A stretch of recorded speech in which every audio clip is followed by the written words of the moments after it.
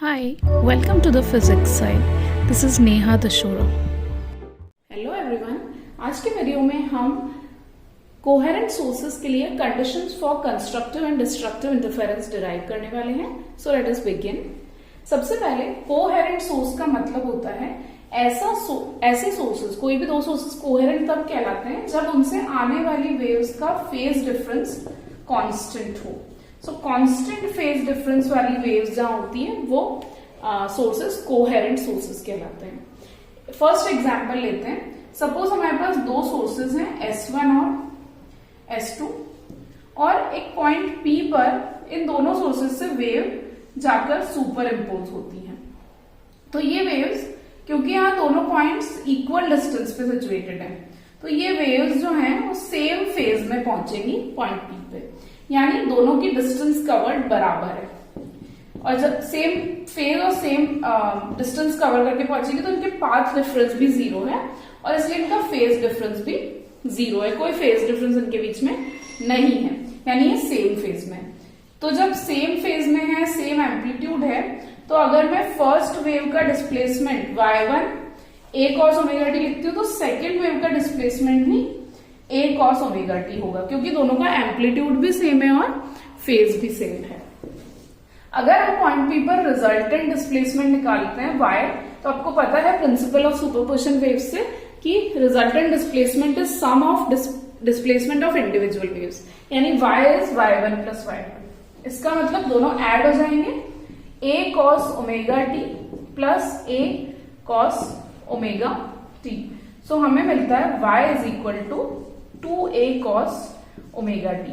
इसका मतलब point P पर जो रिजल्टेंट डिस्प्लेसमेंट आता है उसका एम्पलीट्यूड इंडिविजुअल वेव के एम्पलीट्यूड का डबल है और उसका फेज उन दोनों के जैसा ही है, यानी फेज सेम है. ओमेगा टी ही आ रहा है एंगुलर टर्म में. एंगुलर वाली टर्म फेज को बताती है और a या cos के अलावा टर्म जो होती है वो एम्पलीट्यूड को बताती है. सो सेम फेज आ रहा है और एम्पलीट्यूड जो है वो डबल हो जाता है इंडिविजुअल वेव्स के कंपैरिजन में. और जैसे कि हम जानते हैं इंटेंसिटी एम्पलीट्यूड के स्क्वायर के प्रोपोर्शनल होती है, तो अगर इंडिविजुअल जो सुपर इम्पोजिंग वेव्स की इंटेंसिटी a स्क्वायर थी, तो जो रिजल्टेंट वेव है उसकी इंटेंसिटी, क्योंकि उसका एम्पलीट्यूड डबल हो गया, तो 2a का स्क्वायर हो जाएगी. सो जो न्यू इंटेंसिटी है वो होती है 4a स्क्वायर, जहां a स्क्वायर तो सुपर इम्पोजिंग वेव्स की इंटेंसिटी है, यानी जो न्यू इंटेंसिटी है वो 4 times intensity of super imposing wave, यानी 4I0 होगी. सो इसका मतलब इस स्थिति में जब दो वेव सुपर इम्पोज होती है तो रिजल्टेंट वेव पिछली सुपर इम्पोजिंग वेव से 4 टाइम्स इंटेंसिटी की होती है और एम्पलीट्यूड इसका डबल होता है. इसको कहते हैं वेव्स का कंस्ट्रक्टिव सुपरपोजिशन या constructive interference. Okay, second example देखते हैं. दूसरा एग्जाम्पल लेते हैं. सपोज हमारे वही दो सोर्सेस हैं S1 और S2, लेकिन इस बार जो हमारा कोई पॉइंट है वो हम दूसरा पॉइंट ले रहे हैं, पॉइंट Q.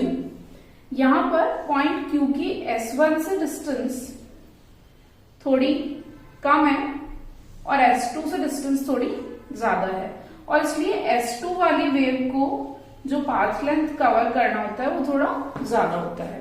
तो सपोज S1 वाली वेव कवर करती है अगर 5 लेम्बडा का पाथ लेंथ, तो S2 वाली वेव 7 लेम्बडा का पाथ लेंथ कवर कर रही है यहां पहुंचने में.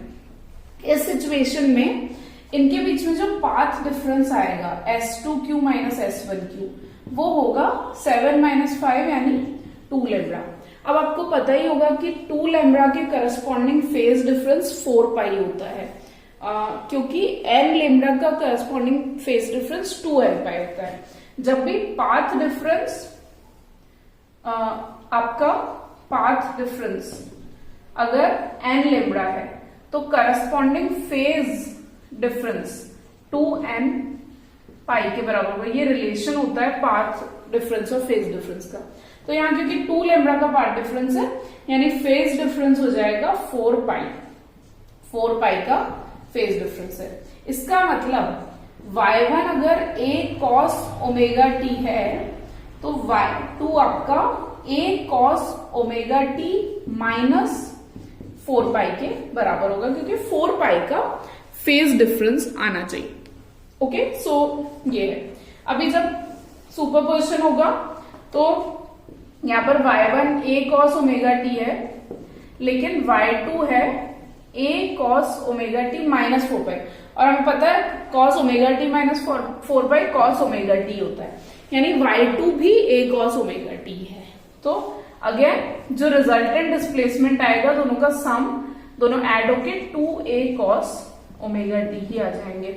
इसका मतलब यहां भी पिछले एग्जाम्पल की तरह ही एक कंस्ट्रक्टिव इंटरफेरेंस वाली सिचुएशन बन रही है। ठीक है, तो इस एग्जाम्पल में भी इवन दो इनके बीच में फेज डिफरेंस 4 पाई था, लेकिन फिर भी कंस्ट्रक्टिव इंटरफेरेंस की कंडीशन है, क्योंकि इनका सुपरपोजिशन इसी तरीके से होता है। अभी एक और एग्जाम्पल देखते हैं। इस एग्जाम्पल में हम कोई तीसरा पॉइंट R ले रहे हैं। इस R की S1 से डिस्टेंस 5 लेम्डा है और S2 से मतलब पाथ लेंथ 5 लेम्डा है, S2 के लिए सोर्स S2 के लिए 2.5 लेम्डा है। इसका मतलब यहां पर जो पार्ट डिफरेंस है वेव्स के बीच का S2R माइनस S1R, वो माइनस 2.5 लेम्डा होगा। 2.5 माइनस 5 करेंगे तो माइनस 2.5 लेम्डा। और जैसे कि मैंने आपको बताया था n लेम्डा पार्ट डिफरेंस के करस्पॉन्डिंग फेज डिफरेंस 2n पाई होता है, तो इसलिए यहां पर जो फेज डिफरेंस आएगा वो -5 पाई आएगा। इसके चलते अगर फर्स्ट वेव y1 मतलब फर्स्ट वेव का displacement y1 a cos omega T है, तो सेकेंड वेव का displacement a cos omega t plus 5 पाई होना चाहिए, राइट। और जैसा कि हमको पता है कि a cos omega t plus 5 पाई को minus a cos omega T लिख सकते हैं, तो ये minus a cos omega T हो जाएगा। अब जब हम ऐड करेंगे दोनों के डिस्प्लेसमेंट को to find the resultant displacement at r, तो वो होगा y1 प्लस y2 और a cos omega T minus a cos omega T add होके हो जाएंगे 0। इसका मतलब इस कंडीशन में जो इंटरफेरेंस हो रहा है उसमें रिजल्टेंट डिस्प्लेसमेंट 0 है, इसलिए रिजल्टेंट इंटेंसिटी भी 0 होगी, और ये कहलाता है डिस्ट्रक्टिव इंटरफेरेंस ऑफ वेव्स या डिस्ट्रक्टिव सुपरपोजिशन ऑफ वेव्स। ठीक है, तो ऊपर के एग्जाम्पल्स से जो हमने 2-3 एग्जाम्पल्स पढ़े, इनसे हम जो कंक्लूजन ड्रॉ करते हैं वो कंक्लूजन मैं आपको समझाने वाली हूं।